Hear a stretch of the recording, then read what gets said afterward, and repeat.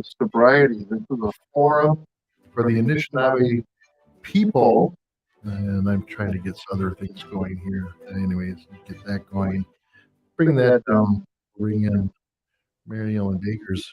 Oops, you got to hit the on button, Charles. You got to hit. Listening to me, Charles. Put your headphone on. Can't hear me. He's not going to listen. All right. Welcome to Anishinaabe Sober Voices. This is a forum for Anishinaabe people and communities to tell their stories about drug and alcohol abuse, discussing drug and alcohol issues impacting Native people, and providing resources to improve the quality of life for the LCO tribal community. And tonight we got Eagles stepping in the microphone. How you doing, bud? Hey, what up, man? What you doing? Get off that phone. I'm trying to share this. Oh, you're trying to share a video? Oh, man. Everybody can see Carmen. Oh, yeah. Our special guest, Carmen. Can you introduce Carmen to our listening audience? Yeah, everybody, this is my friend Carmen. And we met through our journey and sobriety and all that stuff, and we've been through dark times with each other, with her condition and then mine with the PTSD and the struggles and all that stuff, and so I don't know, she's there for me just as much as I'm there for her, and her story is really powerful and something that I wanted the community to hear as well. So yeah, we've been wanting to do something and to get her story up there in the schools and all that stuff, and like be a speaker for the younger crowd. And so I figure, man, if we can get her on the radio, and it'd be a good start, and because and it's just like any of our stories, and we're hoping that our story, not my story, her story, can be taken in by others and used in a good way, you know. So this is my friend. I'll let her say it again. I'm super nervous. That's all right. Hi, I'm Carmen Dennis, nicknamed Sadler. My story is alcoholism. I was an addict, but more of the alcoholism affected me more than the drugs and the pills did. They both did immaculate work on my life, though. But I was diagnosed with cirrhosis in February of 19, and I think leading up to that was a lot of trauma I was fighting. I was with my children's dad for 11 years, and after we split, it kind of drained me. It broke my heart, and I didn't quite know how to deal with it. I didn't have a quite great support team to be there. My children were affected, and I promised myself I wouldn't be the mother that I had. My parents, I lost my dad when I was 14, and to a drug overdose. And I wanted to try my hardest at giving my children everything that I wanted. So that broke me. I tried my best to try to hide it. A lot of my family or my friends didn't know I was a closet alcoholic. I drank on my jobs, and nobody knew. What was scary was when I didn't have alcohol. So that wasn't, I knew when I had to start sobering up that that's when I got sick. And So my story, when I tell it, I wasn't, I didn't want to sober up. I was forced to want to sober up. I had to do it for my children. I had to do it for myself mainly. I didn't know how sick I was until I ended up in hospital for 2 weeks right after I was diagnosed. I went from like uh, 300 pounds to like almost 400 pounds in a matter of weeks. And I lost my buddy Timbo to cirrhosis, and I knew his fight was he lost it. And after dealing with cirrhosis, I knew why. It's a hard fight. And I remember begging and crying in the shower alone, not being able to wash myself, and just begging for God to take me. I didn't want to live like that. And I'm like, how am I ever going to get the strength to be a mother, to be myself again? After about a month, I started rebuilding myself, came back home, and I attended the Mariah Carey concert. And I remember hearing the song Hero. My voice is going because this is a touchy story. I remember singing it to myself, and knowing that children were home, waiting for me to come back home. And the only person at that time that had my own hand was myself. And I knew that I would get back home, and I knew I had to come back home to them. And I did. I pulled myself out of the hospital. I mean, I've had my relapses, and it's hard, and it's a hard battle that I go through every day.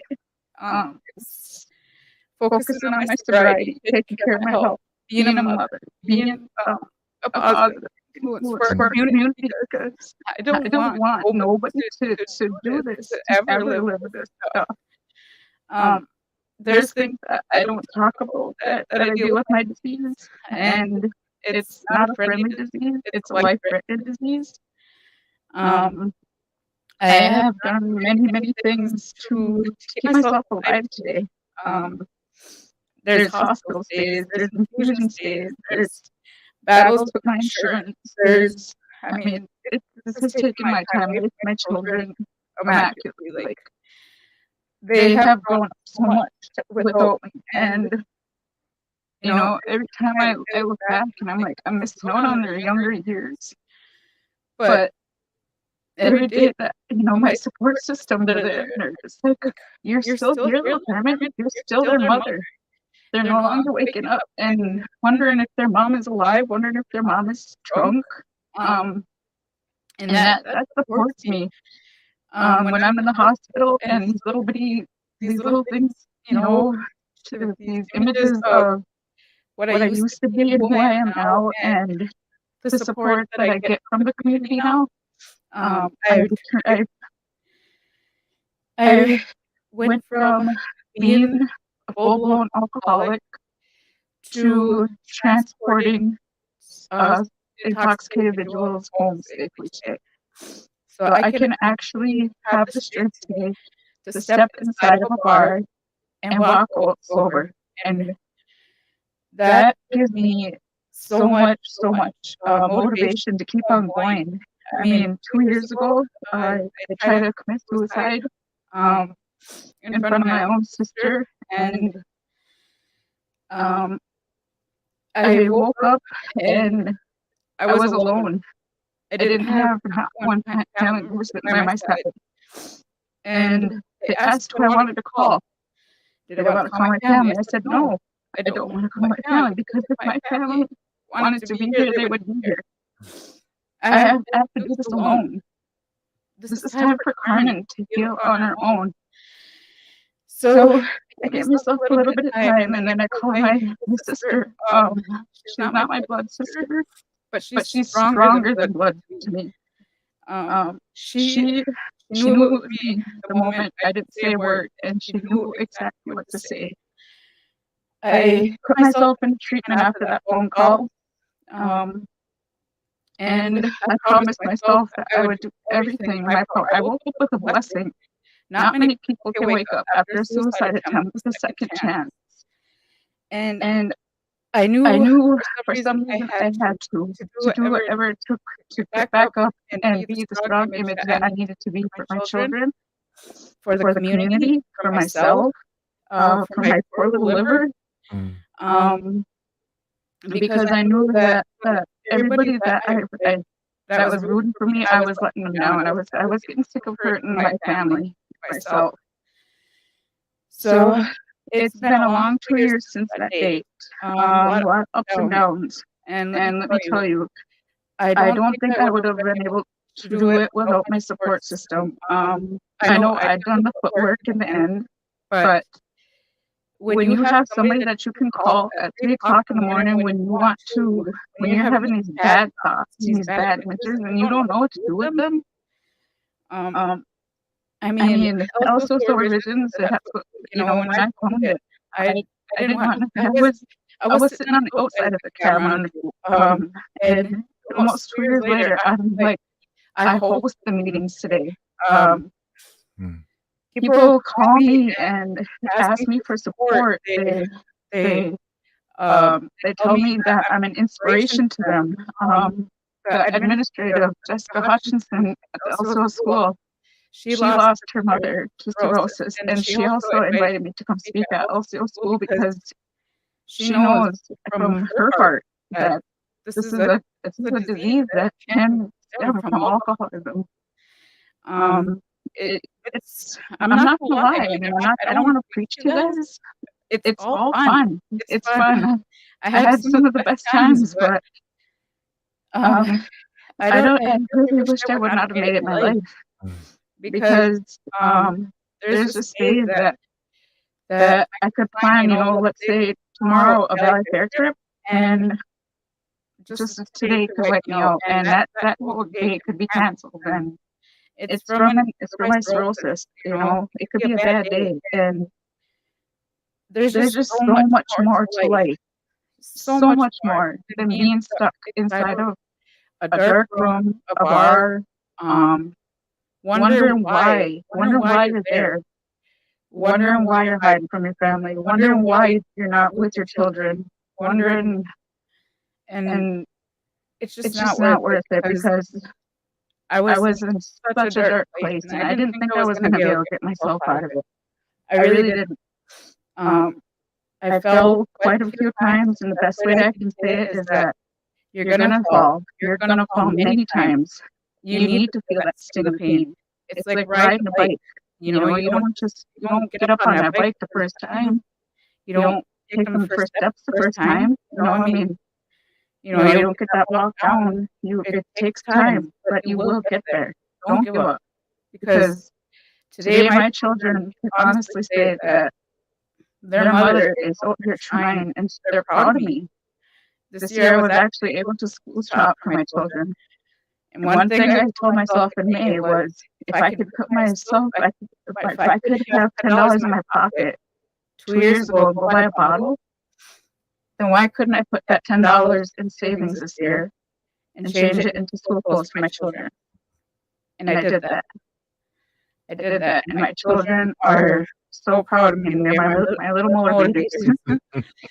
So thank you guys all. Also Supervisions, Sober Driver Project, NA meetings, What Variety. I continue to keep on speaking, share my story, because this needs to get out there. This isn't something that you can, take a pill for and fix it. This isn't something that you can, just get an X-ray and wait for it to heal, because this is a life-threatening disease, and now I can't change that.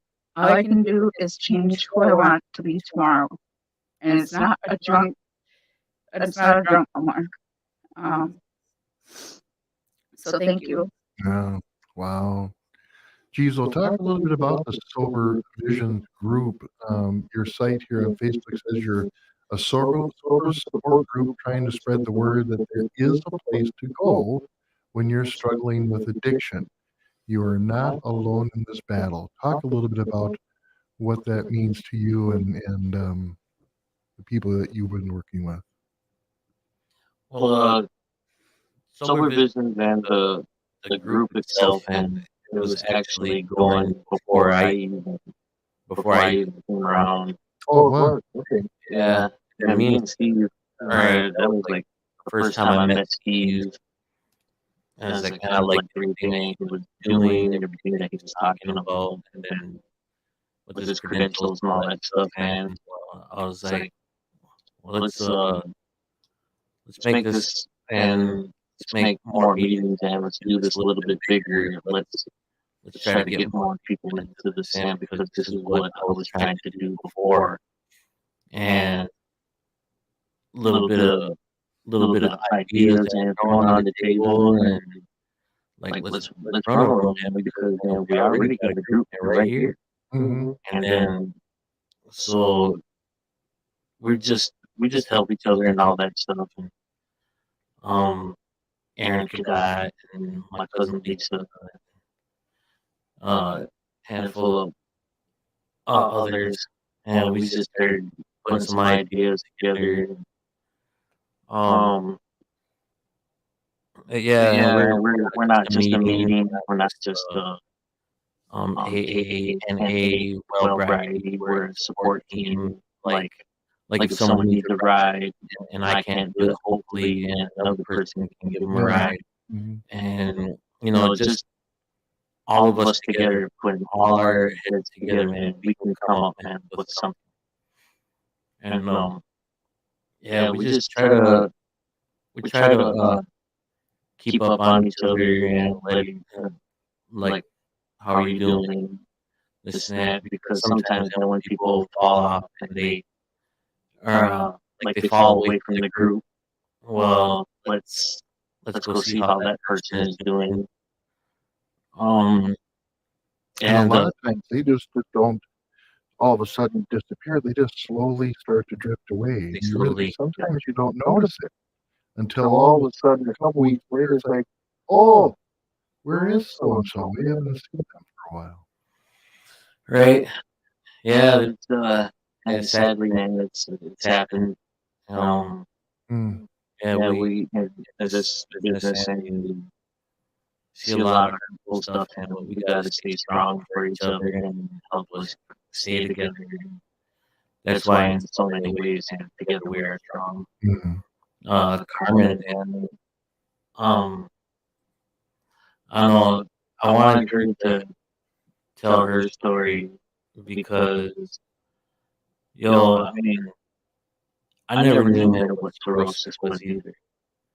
And then seeing my friend have to go through the things and that she has to go through, Mm-hmm. and just to live, man. I mean, and like she said, man, all this partying and all that stuff, and it's fun in the beginning, man, but you know what? And it's costing her, and the biggest part of her life, man. And that's being with her kids and all that. And she has to go to these appointments and all that. And because she's my friend and all that, it's like I get worried all the time. Yeah. I get worried all the time because I don't know if she's going to be there tomorrow. Mm. And so it's like things that people don't really think about. And no one at a young age really thinks about how much sand they can take until they pass away. My dad, he lived long. Mm-hmm. Which and some people, man, they don't got that long. Some people are different. Everybody's a little bit different. And so yeah, we just wanted to spread a little bit more awareness on the disease of alcoholism and cirrhosis and all that stuff, man, because I never knew. Mm-hmm. And it's like, if I never knew, and I'm at the age 37 right now, and like I don't think that these kids are gonna know. It's a lot of stuff, man, that some people, man, just don't sit down and talk to their kids about. Say, hey, man, if you keep on drinking, you're gonna get cirrhosis. Mm-hmm. I never had no talk like that. I've heard talks about drinking and driving. Yeah. So So, Carmen, give us a little idea of what, for those who may not know, what cirrhosis is and what do you suffer with? Cirrhosis is it affects the liver. A liver is one of the main organs in the body that it affects your energy. It can make you bloat up. It can make you retain water. It affects. There's so many different medications you have to take. I mean, like between mainly with the bathroom use is my mainly inconvenience. When I first got sick, it wasn't something that at 32 years old that I wanted to deal with. I was young, so I'm like, I don't want to keep it in Mm-hmm. And there's no cure for this, right? You have to live with this now for the rest of your life. Unless I can come up with like a $900,000 to get a transplant. Oh yeah. I'm gonna need a full transplant. And I mean, what I look like now, you would not have believed that I look like I was huge. I mean, when I showed him pictures, he was just like, "You were huge," and I mean, he's like, "I didn't mean it like that." I mean, but yeah, but I was a full-blown alcoholic, and but cirrhosis, yeah, you can bloat up from it. I've lost over half my weight. It affects I'm constantly nauseated, constantly tired. It can affect your sleep. It can make you confused. It can, memory, my muscles. I have like no muscles. Everybody calls me fragile, and so like they're super. They don't let me carry nothing, and if I get caught carrying something, what are you doing carrying that? You're so fragile. But I mean, at first I was in super denial about it, and when I was just hospitalized this past actually it was a couple weeks ago, just like that, just like I had plans of sober driving that weekend. Planned to come back home. I planned things with my children. No, this is just a plain example of what my weekend can look like with cirrhosis. I went down for my infusion, and I knew something was just off. I was super weak. I mean, I got to the point where I was crawling from the shower to the toilet because I was so weak. I couldn't hold nothing down. I was hospitalized for a week and a half, I think it was. But my care team actually stepped in and said that they would, like it if I went full circle with Mayo Clinic, and I did. So I'm fully established with them. I have like a whole handful of doctors. But they all stepped in and told me, they all got a little piece of my story, and I mean they had tears. And they tell me all the time that they're not supposed to have tears in that kind of job, but they do. And because my story's strong, and if you read back on all my what I went through, they actually said that me coming out of denial about my sickness was one of the main steps that I had to take to recover. Because I was fighting my sickness. I was ashamed of it. I mean, who wants cirrhosis? I mean, at first, I had to stop wearing makeup because there's no jaundice color makeup. And it affected me really bad. I didn't even want to go out in public. Anxiety got bad. Everything got bad. So, but that weekend I ended up staying, and I always promised myself, myself. I can't promise anybody else, but I promised myself every time I'm stuck in there, I'm gonna come out of here. The only person, I have to call myself out is myself. And I think it all is in your mind. A lot of my healing came from my own mindset, really. I mean, because when I just thought I didn't have the strength to keep on going, I was tearing myself away.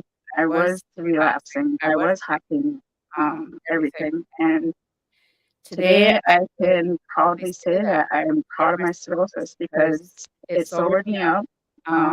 It gave me the strength to keep on going for tomorrow. It gave me the strength to be here for the community, to share with these little bitty children, because I have 2 children out there that's living in this reservation. And my daughter's now 12, and she is my world. I could not ever, I would never want her to take my steps. So when she told me that she didn't want to be by me no more, she was scared of me. She's like, Mom, she's like, I smell adult juice on you. She called it adult juice because, no young kids know what adult juice is. And she knew exactly when I would be drinking. I couldn't hide it from her anymore. And so she lived a lot that no child should have lived. I mean, but she doesn't hold it against me. We're building our bond back up today, and that's one thing that I did not want to do is I want my children grow up. My little son, he's awesome. He's gonna be a teacher. So, and my daughter, she will argue like no tomorrow. She will argue until she's right. So I just have to shut down and be like, okay, my girl. So we swear she's gonna be a lawyer. But yeah, so when she told me that she was scared of me, she's like, Mom, I was hurting my children, hurting my family, and that hurt me because I'm normally, if this community knows me well. A lot of people call me Sherm, and I love to spread joy. I love making people laugh. A lot of people knew my dad, Bruce Dennis, and they would say that I'm just like him. I have his humor. So I don't like to be sad. I love being happy, and that's where I'm at. And so if I can stand proudly today and say, hey, yeah, I was a drunk, and yeah, I did get sick, but that made me who I am today. I'm a sick, proud woman. I guess. My family, they're not perfect, but they're there. And a lot of my aunts, I got a big piece of them last year. Elders, guys, elders. Surround yourself with elders. It opened up my eyes a lot. I got the chance to take care of my aunt who is a dementia and diabetic patient. She's 70 years old. She's still alive and she's still tooting and hooting out there somewhere. But she needed a lot of help, and it was emotional. But I got to feel that and be there and prepare her right meals and help her every morning and remind her. I used to take lots of pictures. I have her pictures yet. I used to show her videos of what we did, days before, and just that really strengthened me up too, because that elders and young children, you got to surround yourself with both of them, because the children need somebody to look up to, and us being in the middle, we need somebody to look up to. Yeah. I was stuck in the middle of being raised at a young age through the church. And then now that I'm older, I can decide on my own, and I'm finding my ways through traditional healing, actually. Um, I attended my first sweat lodge last year, and it was very powerful. Very powerful. I had asked my sister and my nephew to be there because I know that they're like super into that stuff. They know a lot about it, and so it was very important to have them there with me. And they were there, and it's it's just something I like to do. So rather than um, destroying myself, I'm now healing myself, Mm-hmm. and that it it's it it's hard. I know it is, guys. But if I can do it, I know many of you guys can. And a lot of you guys around this reservation know me. And don't ever be afraid to ask me about my sickness. I'm not afraid of it no more.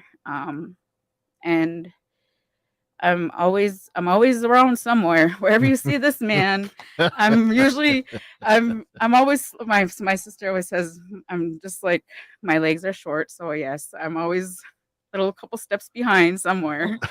Probably buying snacks that I don't need. But I'm always somewhere in the community doing something, and um, that's what I like to be doing lately. Yeah.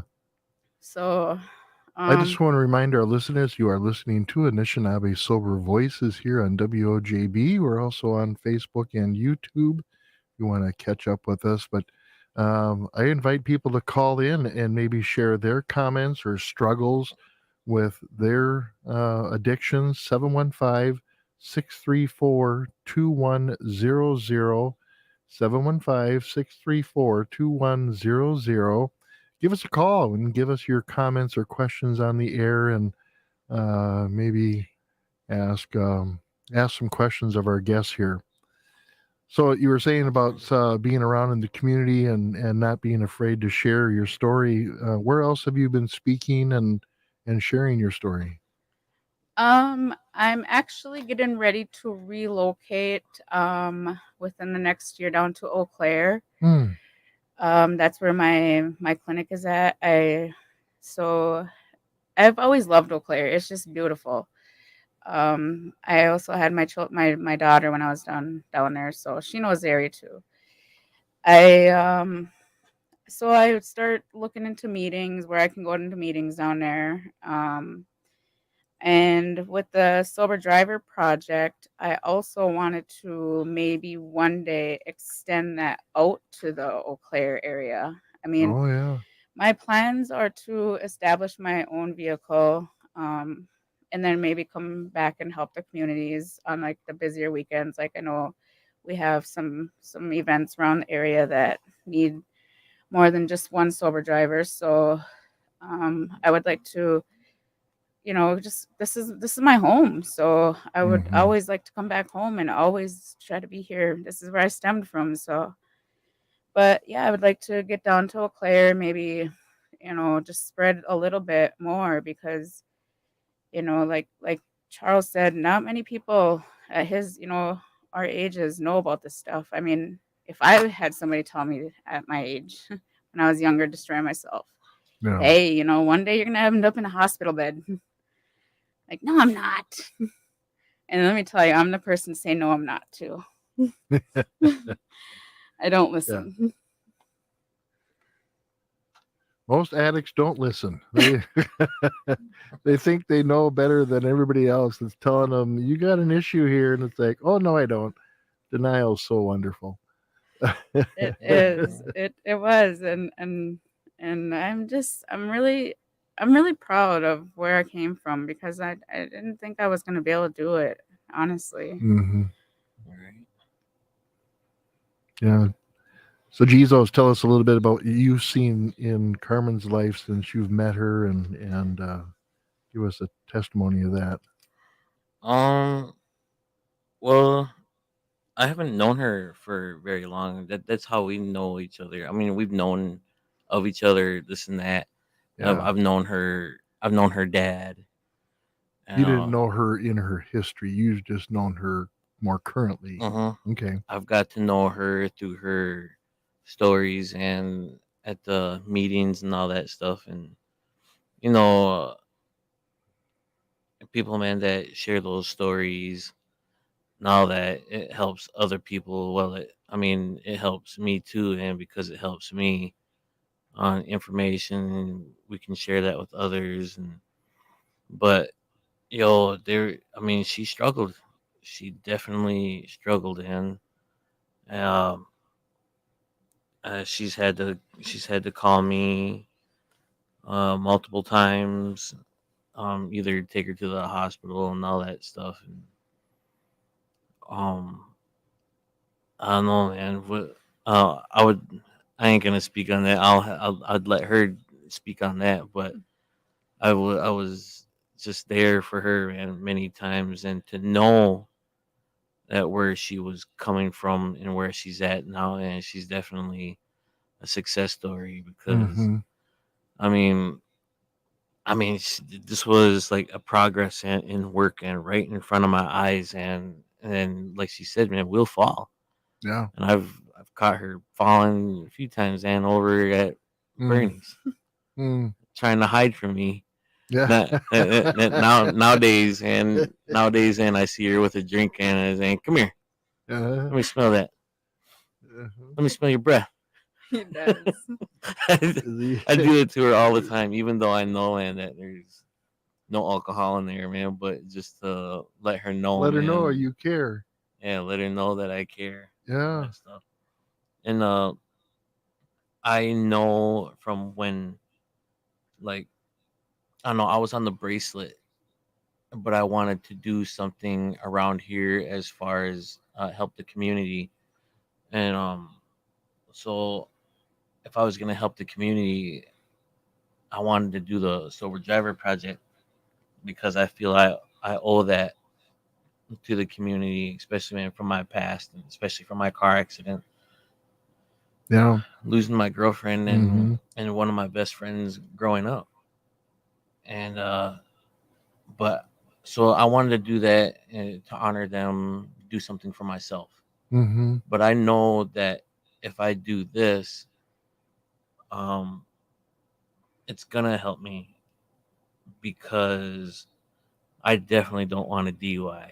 I Yeah. definitely, Right. man, don't want to get in a car accident. I mean, if we can get people home safe and legal trouble free, that's almost a big payment, man, right there. And just so we don't lose some of our loved ones, Yeah. like I don't know, a lot of us have. Mm-hmm.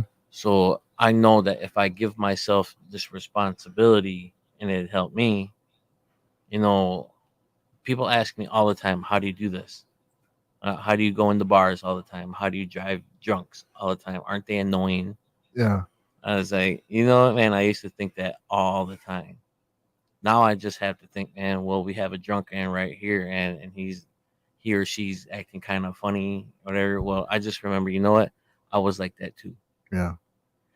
And and when as far as like going into bars, like how do you do it? And I was like, yo, I go in here with a new purpose nowadays. Mm-hmm. My purpose isn't to come in here and to drink like I used to. Yeah. My purpose and is to get you home safe and legal trouble free. Yeah. But now, the sober driver project, man, is way more than that though.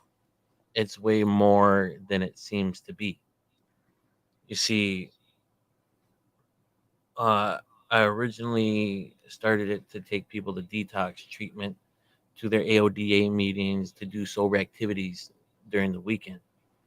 But in order to do that, that's where we bring in the designated driving because that's where most of the donations come in from, so we can actually do those things, do the sober Yeah. activities. And what we want to do with sober activities is make sobriety fun, make sobriety cool, make it a trend, attract people to sobriety. and it kind of sucks and sometimes, and because and I'm only one person. I only have one car. Well, I got Carmen now, but we still have one car. One car.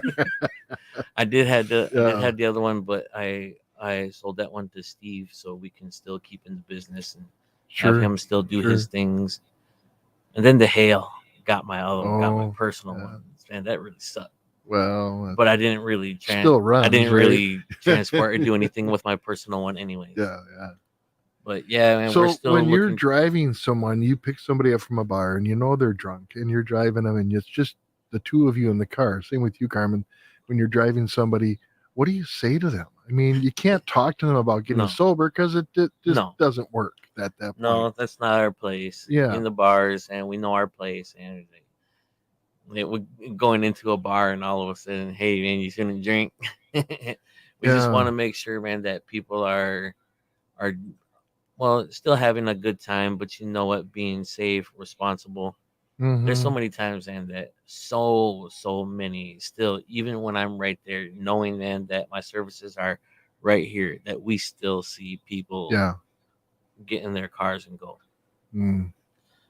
So here's an online question from a YouTube listener or watcher. What do you tell people who are thinking of drinking, or how do you find out why they drink?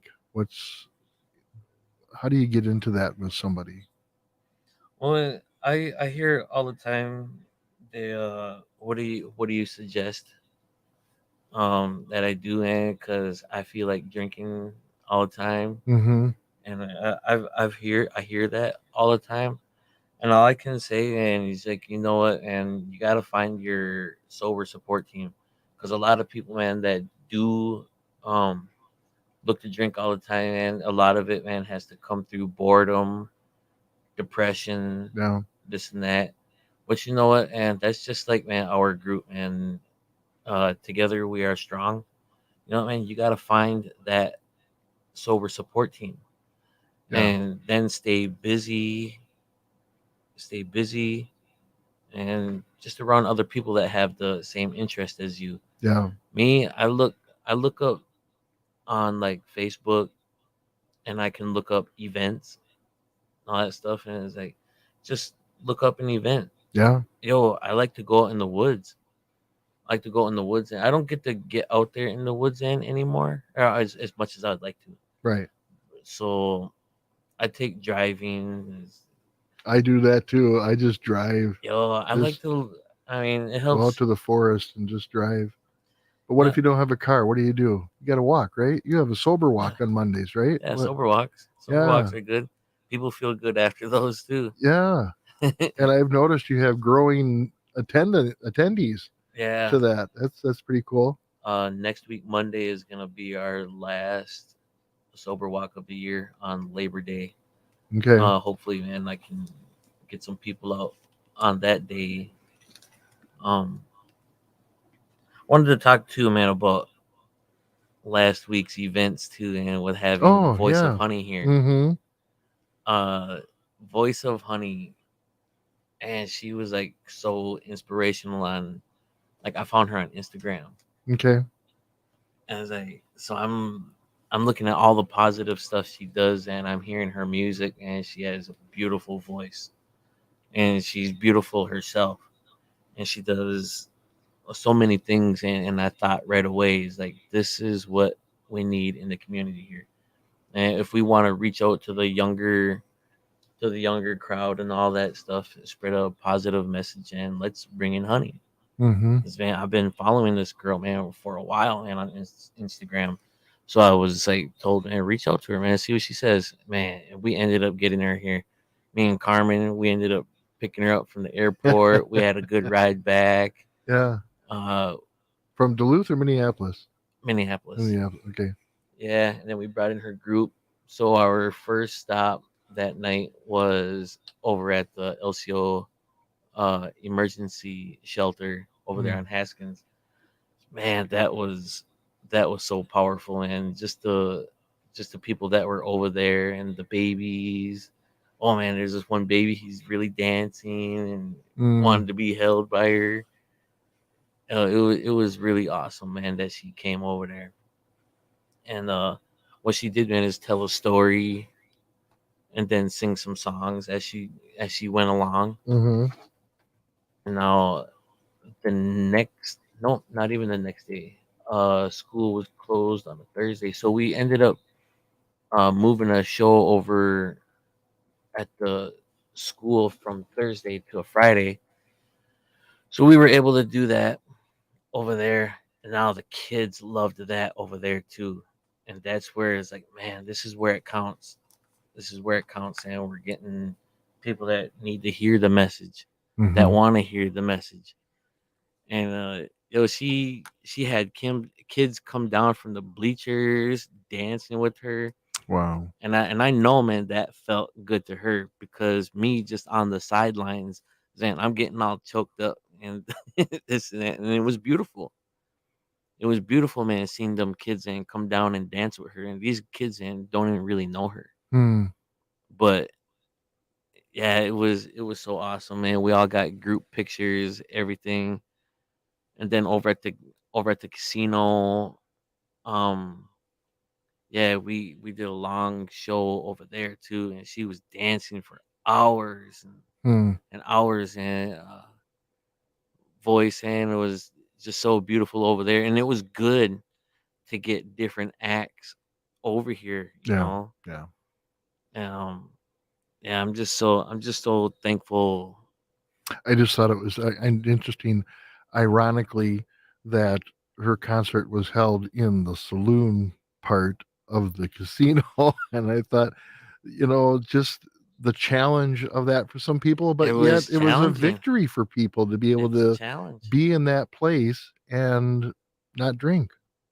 Well, we wanted it originally in the convention center, but the Right. convention center, man, was booked, and then we wanted the back outside area, but I guess the not much Yeah. staff and the liability with Sure. children and stuff, and so it was like, you know what, man, well, let's just roll with what we got, and it's gonna be a challenging one to Mm-hmm. perform in front of a bar Yeah. when our message is supposed to be like about sobriety and all that stuff. Yeah. Yeah. Well, we didn't really want to come in now saying like, I don't know, man. Like I said before, man, y'all shouldn't drink back there.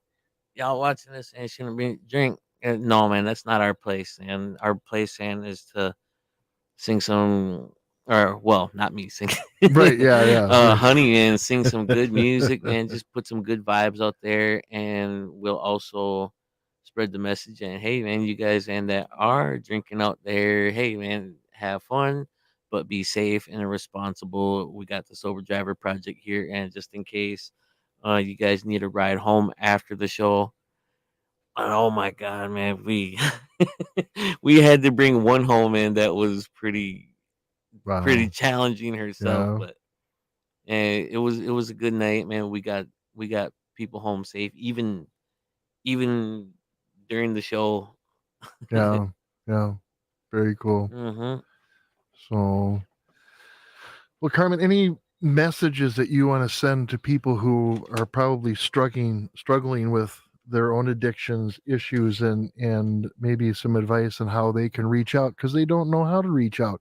And I know one thing that when we get sober, we have to choose a whole different group of friends. It's very, very different, and you have to say, you have to say pretty much goodbye to that old life completely, including the friends, because they're the ones that are probably enabling you to continue on with your addictions. So there's probably somebody out there right now just struggling, saying, I don't know how to do this. How do they do it? Um, yes. I had to change my whole friendship. One of my ex best friends, I call her my ex best friend because she's always gonna be my friend. We got into quite a few alcoholism binges there together. So, Mm-hmm. one of my steps that I took for myself there when I was in treatment, I wrote a letter to her telling her that I love her. I always want to be her friend. Our children can be friends, but in order for me to save myself, I need to pull away a little bit. And she understood. Today we still say we love each other. We still say hi. We still catch up from time to time. She's always gonna be a big piece of my heart. She struggled a lot with me. My grandmother, my sisters, they're always there. My I am Anybody who is struggling with addiction and alcoholism, keep your family safe, but always know close, but know your boundaries. Just because they are family does not mean that you need to feel like you got to have them right there. Love them from a distance. You can. Yeah. Um, but and if I have alcoholism, I mean, it's a battle. It's a long battle. I There's nights where I don't even know what I'm gonna do with myself. Sometimes lately I just been shutting down. If it doesn't, like Charles said, if it doesn't work for you, does not mean that you're not capable of it. I had to struggle many times. Treatment, poetry. I found a lot of. I have a poem, a very strong poem, on the Sober Visions page. Also, if you guys want to check that out, I write poetry. So, um, it's hard, guys. I know it is, but don't be afraid. Just find your next group, the best group. Involve your children. Your children are gonna be your little motivators. That's what I call mine. Um, there's people that if they can't adapt to your surroundings, if they can't respect that, then they must not be your real friends because they will understand. Just like the girl, who I used to party with. If she could understand my cirrhosis and that I needed to distance myself, that I still love her, then that's the kind of people that you need. There's friends that I have not seen since I've gotten sick, and their excuse was that they didn't want to see me like that. But Yeah. it's life. I can't change it. I mean, you guys were there when you helped me destroy myself. Where are you guys now? This man, I mean, he managed to find his way a mile up from my house now, but you know, he lived right next door to me when I was living with my aunt, and he used to back all the way up to my aunt's driveway, which was really embarrassing, but Driving in reverse. Yeah. but all it takes, I mean, my bad days, I'm not gonna lie, it could be tomorrow, it could be today, it could be midnight tonight. I could just have this moment where it's gonna be like I couldn't, I do have them thoughts where I would probably be better off at a bar with a bottle hiding in my room. Trust me, they do come. Those craves are real.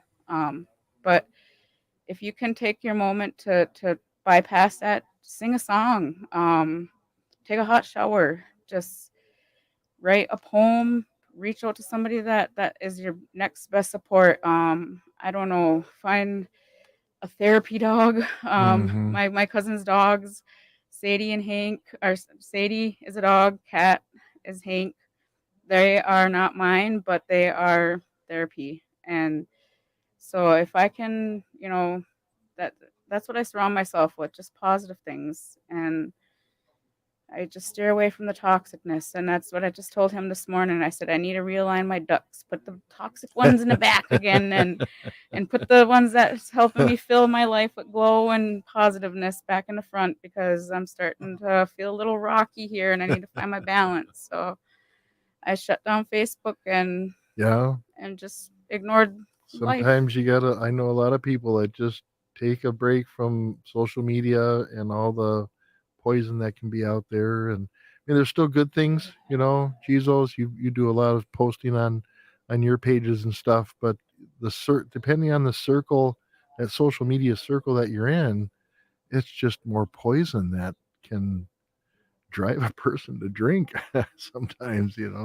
Yeah, one of the questions we get asked a lot is what do sober people do for fun? Mm-hmm. And honestly, Yeah, fun all the there time. is no right way to answer that, because Yeah. what works for him might not work for me, Yeah. you know. But hey, like, some days he's just off and about and doing his own thing, and some days we just link back up. We just recently took our children and another group of sober people out to the sunflower maze. Mm-hmm. Just something as simple as that, is and that included my children. Wow. So that's just things that, if I can involve him, he's I call him my male best friend. I never had a male best friend before. And he's willing to, answer my phone call at 3 o'clock in the morning and tell him, and I'm not afraid to tell him how I'm feeling no more. And that's the Mm-hmm. best thing. Just don't be afraid to tell your true feelings. If you're feeling that type of way, don't keep it hidden, because we're not mind readers, guys. We can't tell feelings. We can only be here for you if you want us to be. So open up, and Yeah. the only way that we can be here for each other is to come together and be here with each other, because like Charles said, together we are strong, Mm-hmm. stronger. Yeah.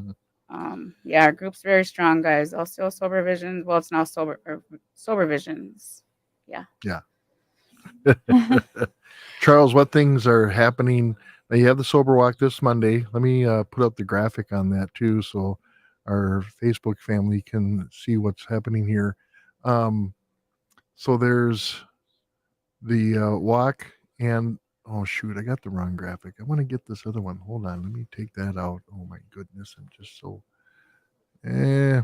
Anyways, so there's a number that people can call, and it's your number. What's the number that people can call if they need to know more about activities that are going on in the community, sober activities, and tell us more about what you have going on? Well, as far as the sober activities, I mean, everything is self-supported. So it's self-supported, or like I said, some of the donations that we get is from our designated driving. Is man, Hmm. everything, man, that I put into these activities, and it comes right out of my pocket. I, so if we don't have the funding and all that stuff, and we can't get down to Wisconsin Dells or Yeah. do other things. So yeah, we designate drive to do a lot of those activities. Some days, some nights are good. Hmm. Some nights, and I might even take a loss and putting in gas and not getting that gas returned in the Right. funding and all that stuff. Yeah. So I mean, even though that I don't charge for rides or anything like that, the donations are just appreciated, Sure. and with gas prices and everything. Because yeah, that's how we get to do things and with the community. How can some of our listeners donate to Sober Visions? I don't even know if that GoFundMe is. I don't even know if that's even up anymore or running. Well, you got But to get it going again. I was actually thinking, man, of just making another, but making a Facebook fundraiser, because then it's getting colder and all that stuff, Yeah. and we want to at least then hear you up and see Devil's Lake and Baraboo, and I don't know. Yeah. It's kind of Well. a ways down there, but I at least I want to make sure, man, that if I take a group down there, that we're taking care of. We have meals Hmm. and all that stuff, and it might be another car. Yeah. Man, that's one thing, man. I wish and that I had is one of those great big vans, and so we can take more people. Because I feel so Yeah. bad sometimes, as man, I only got so much room in my car. It's a Yeah. third row, but still, you know. A little tight. But yeah, they anybody who wants to know anything about the sober activities and stuff, and they can follow up on the what LCO, on the Sober Visions Facebook page, Yeah. or the Sober Driver Project page, or they can just follow me, Hmm. Charles Jared Kaigibi. Yep. And your phone number here, that we're showing it on Facebook and YouTube, but for those who are listening on WOJB, if you want to give Charles Kaibi a call, 715, don't call him now, 715 558 3621. 558 3621 is the number to call to, or text, and give Charles a call, and he'll set you up with the help that you might need, or be able to get you to an activity where there is sober activities happening all around. And again, I'm showing the graphic on the walk coming up this Monday, sobriety walk for the community, and it's a great thing. You start off at the Bajiki Wellness Center and go off onto the trails. So yeah. I'd appreciate the text first, though. Text first. Well, you don't know who they are. Sometimes, a lot of times, I'm driving. Oh, so yeah. Text, and then I'll at least be able to answer it when I stop or something. Yeah, right. Cool. Well, thanks for joining us here, and Carmen, thank you for your story and telling us what's happening in your life. We appreciate that. This has been Anishinaabe Sober Voices here on WOJB. Coming up next is powwow music with Thomas Kane's in the house. He's actually in studio and live, coming up here in just a minute.